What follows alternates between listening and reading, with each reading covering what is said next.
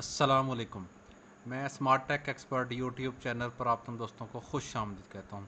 دوستو، ان دنوں اس وقت مہنگی بجلی کا جو اس وقت ایک شور اٹھا ہوا ہے پورے پاکستان کے اندر، اس حوالے سے جو نگران سیٹ اپ ہے، نگران وزیر اعظم انوار الحق کاکڑ نے آج بہت اہم فیصلہ کیا ہے۔ وہ کیا فیصلہ ہے؟ مہنگی بجلی میں جو ریلیف ملا ہے، بڑی خوشخبری، ایک بریکنگ نیوز آج ہم اسمارٹ ٹیک ایکسپرٹ سے آپ کے ساتھ شیئر کر رہے ہیں۔ چلے دیکھتے ہیں کیا اعلان ہوا ہے۔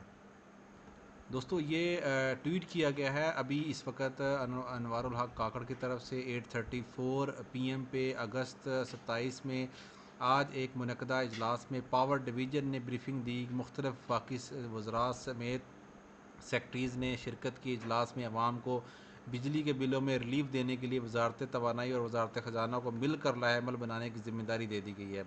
مختلف سرکاری ملازمین کو مفت یونٹس کے معاملے پر بھی تفصیلی رپورٹ طلب کر لی گئی ہے۔